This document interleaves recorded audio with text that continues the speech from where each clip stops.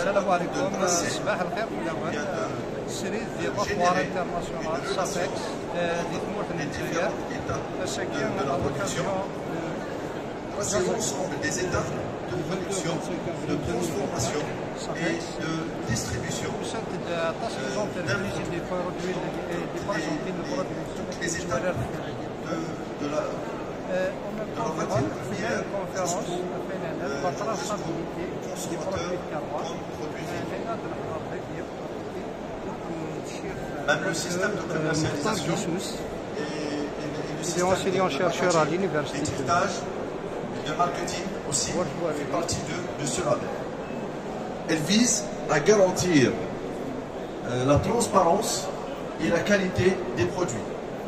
Ce qui est important, un produit, un produit de consommation, agroalimentaire de consommation, il doit avoir une transparence sur sa production afin de rassurer le consommateur. Et cette transparence, ça doit être travaillé dans plusieurs étapes de sa production jusqu'à la consommation. Cette transparence qui est recherchée par les consommateurs. C'est-à-dire, on aimerait bien de voir dans des rayons des magasins un produit étiqueté et les informations qui se trouvent dans cet étiquetage doivent être des informations fiables et justes et respectées. C'est ça la transparence d'un produit. Ces informations-là donnent une confiance au consommateur. Aujourd'hui, généralement,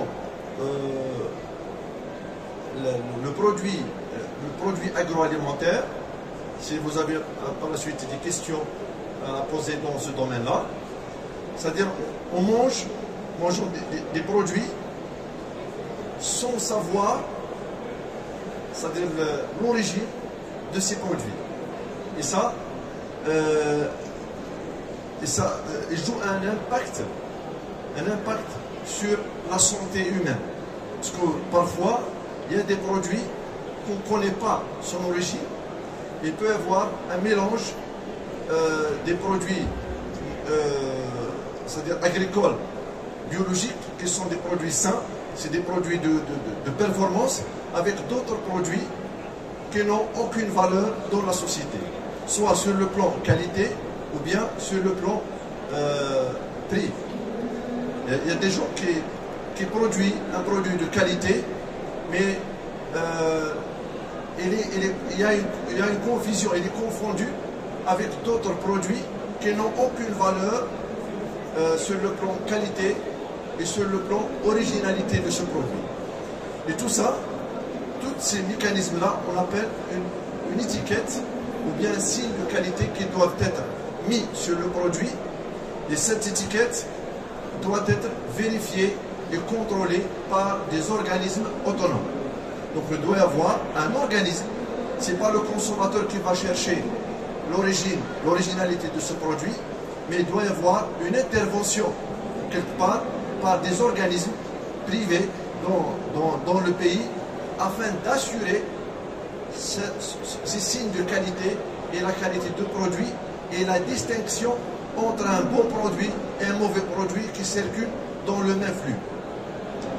Tout ça, on peut les trouver sous forme des mentions, des étiquettes et des écritures, des exigences sur l'étiquetage du produit. Ce qui manque généralement dans plusieurs produits. Dans le contexte des produits de terroir, parce qu'aujourd'hui on va différencier entre un produit industriel, un produit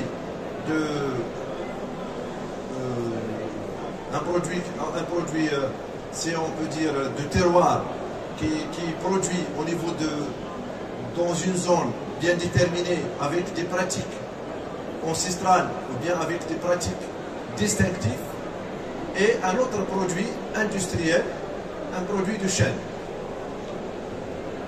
Donc la traçabilité de ce genre de produit a une importance particulière. Les produits du terroir sont des produits agricoles ou alimentaires issus d'une région spécifique qui tire leur authenticité. Puisque ça, on cherche l'authenticité d'un terroir ou bien d'une zone donnée.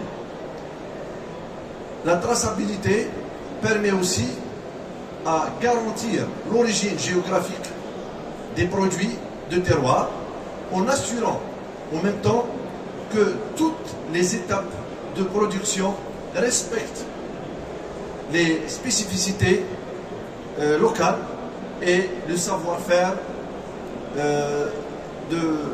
et tradition.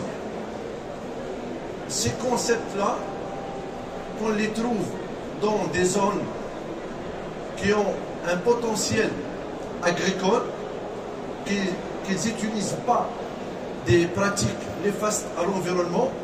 On doit les valoriser et on doit mettre le doigt sur ces points potentiels et capitaux de ce produit. Donc généralement, dans nos montagnes, il y a des produits de valeur, mais cette valeur-là, elle n'est pas valorisée. Soit sur le plan pratique, c'est le savoir-faire des riverains, soit sur le plan environnemental. C'est des produits qui respectent l'environnement, c'est des produits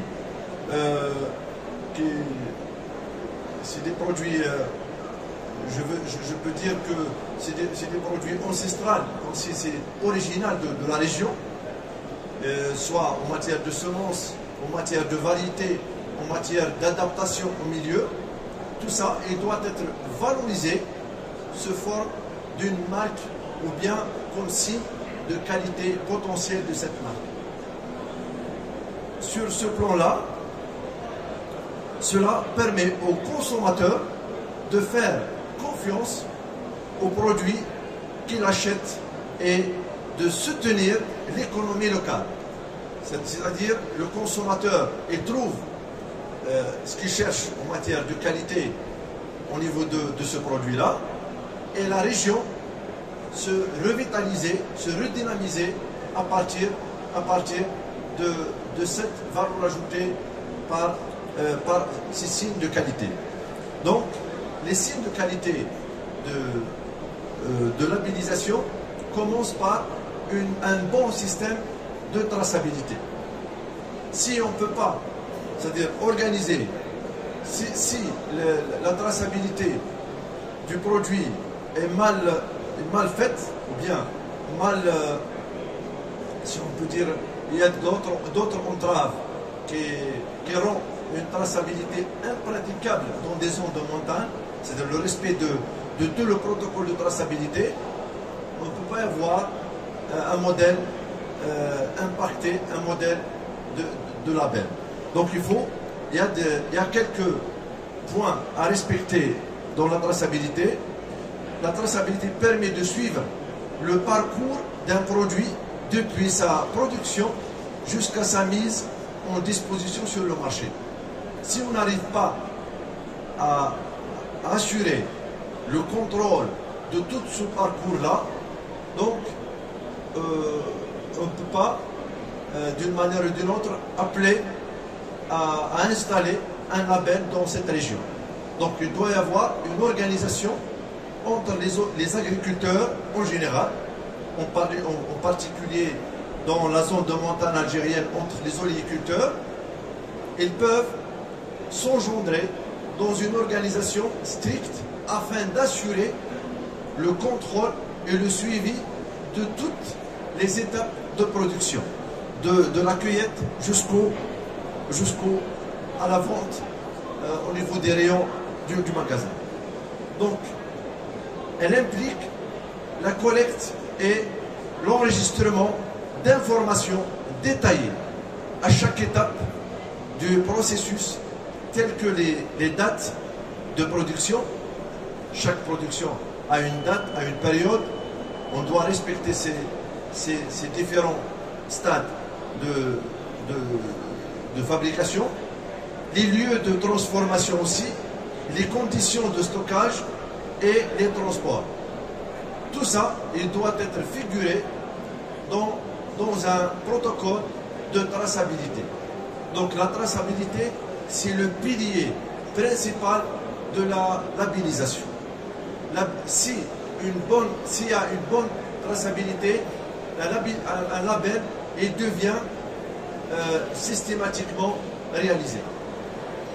Donc, la traçabilité peut être assurée par différents moyens, tels que des systèmes informatisés selon la catégorie du produit, des codes barres, des codes à barres. Il faut assurer le cheminement de notre produit par un système de code à barres d'un endroit à l'autre, d'une wilaya à une autre, d'un pays à l'autre. Il faut assurer ce signe de qualité par un moyen de code à barres qui est très efficace à notre heure actuelle. Des étiquettes spécifiques ou certifications.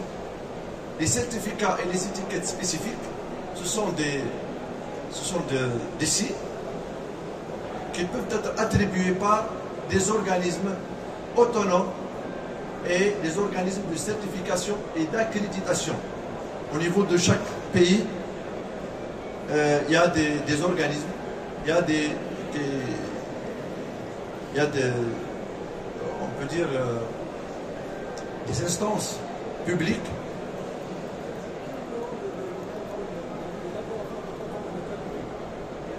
le rôle de laboratoire de contrôle.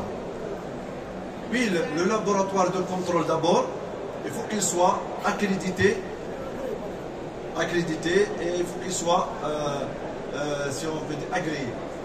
Donc les chiffres qui sortent de ce laboratoire, ce sont des chiffres fiables.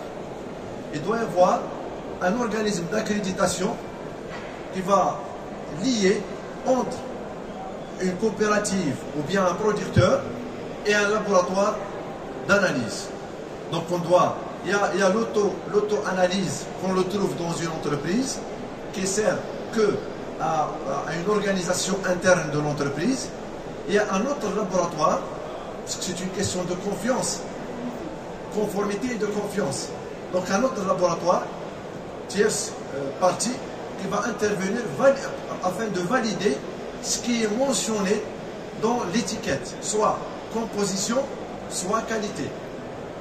Donc, ça fait partie, c'est la partie importante.